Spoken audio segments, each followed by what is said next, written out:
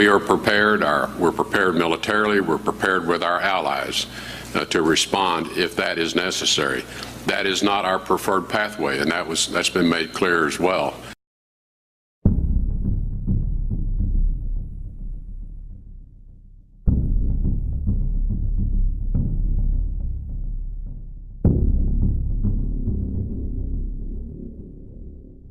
Warning America of a, quote, merciless strike just one day before we in South Korea are set to begin our annual military exercises there. Pyongyang calling the drills, quote, reckless behavior, driving the situation into the uncontrollable phase of a nuclear war, they claim. Well, will the exercises further heighten and inflame the tensions, or bluntly remind Kim Jong-un of what his military forces could face? From South Korea now, the leader of that country saying President Trump has promised to give him a heads up before beginning any type of military response to recent threats from the north. In South Korea, President Moon Jae-in says the U.S. promises to consult with his government before attacking North Korea. Only South Korea can decide military actions on the Korean Peninsula.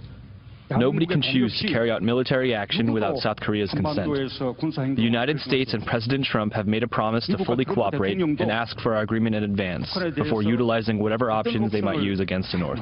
North Korea says it is holding off on a decision to launch missiles towards Guam, home of Andersen Air Force Base, strategically placed and where the United States launches B-1 bombers in a show of force, or more, if necessary.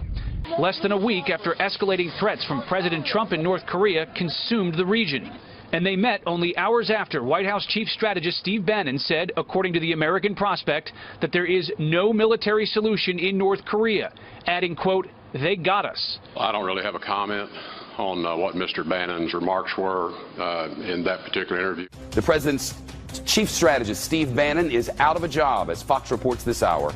He said there's no military solution, forget it. Now, that directly conflicted with what both Tillerson and Jim Mattis said about North Korea, where they said the military option is on the table. I think we have been quite clear as to what the policy and the posture towards North Korea is. In close collaboration with our allies, there are strong military consequences if DPRK initiates hostilities. What do you think about that? I think so, and I think that you can add President Trump to that list for saying fire and fury would rain down on North Korea if they continue to threaten the United States. So Steve Bannon goes out and clearly shows the hand of the administration, suggests that North Korea has all the leverage here because Seoul, South Korea would be essentially evaporated if North Korea decided to start firing. That was enough to demonstrate, I think, a very clear difference between Steve Bannon and the White House in terms of just betraying a policy position, one that needs to be close-hold, especially in a national security situation. Traveling in China, Marine Corps General Joseph Dunford, chairman of the Joint Chiefs of Staff, said the president told the military to develop a credible, viable military option, and, quote, that's exactly what we're doing.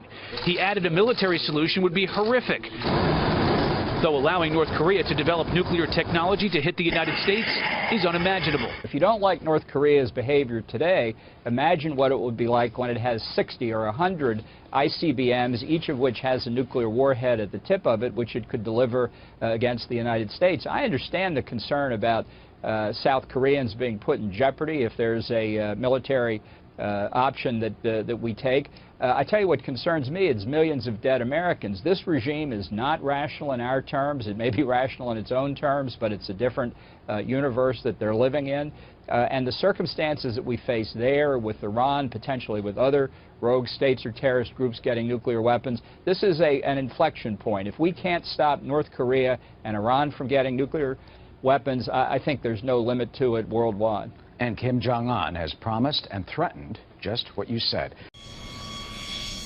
Sun Tower, good afternoon. On A27 right, 1 estimated 080 at 3, clear for takeoff, change to departure. Have a safe flight. At Osan Air Base, a U.S. air base in South Korea, they are watching.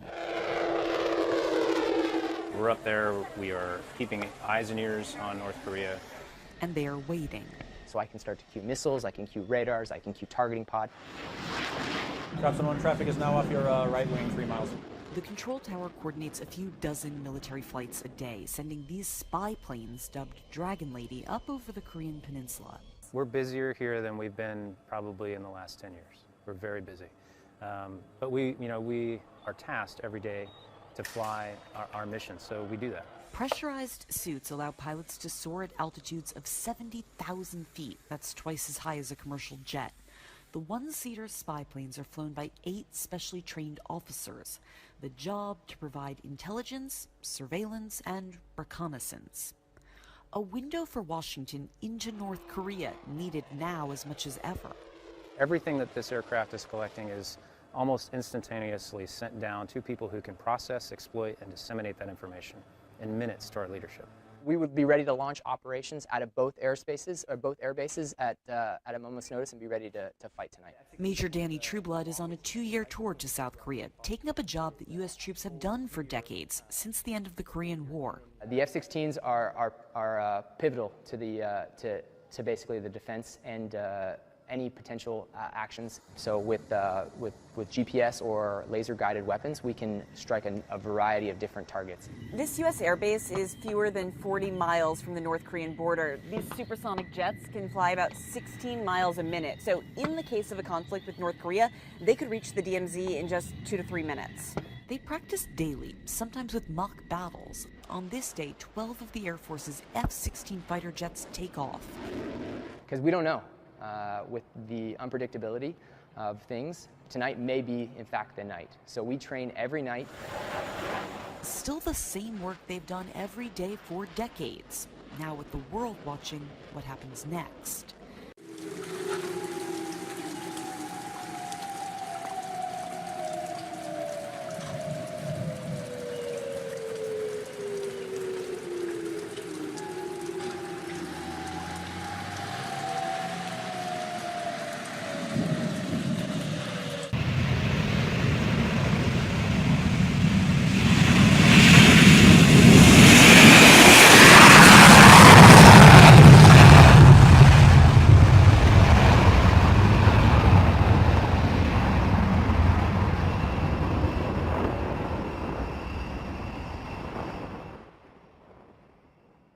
It's a vital element for them to achieve their long-term goal of getting U.S. forces off the Korean Peninsula and their really long-term goal of taking control of the entire peninsula. You know, people ask, why does North Korea want nuclear weapons? And one frequent answer is to defend themselves against the threat of the United States. The real reason is this would give them an enormous tool for leverage and pressure against South Korea. And so this exercise, it is defensive, as Secretary Mattis was quoted as saying a few minutes ago.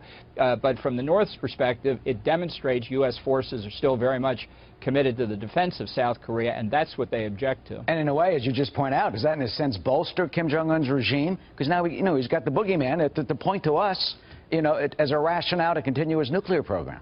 Right. Well, that's propaganda that many people in the United States believe, that he wouldn't have developed the nuclear weapon or ballistic missile capability he has, but for the fact he feels that we have a hostile intent toward him.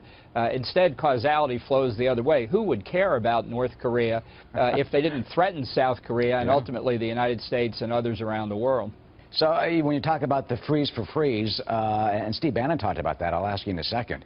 I mean, any possibility of this? This is exactly what Russia and China want, for us to freeze these military exercises and not conduct them while they allegedly would freeze their nuclear program. You know how good their promises have been in the past. Yeah, I mean, Freddie Clay, the great scholar and arms control negotiator, once described North Korea as being possessed of boundless mendacity, and he was being kind.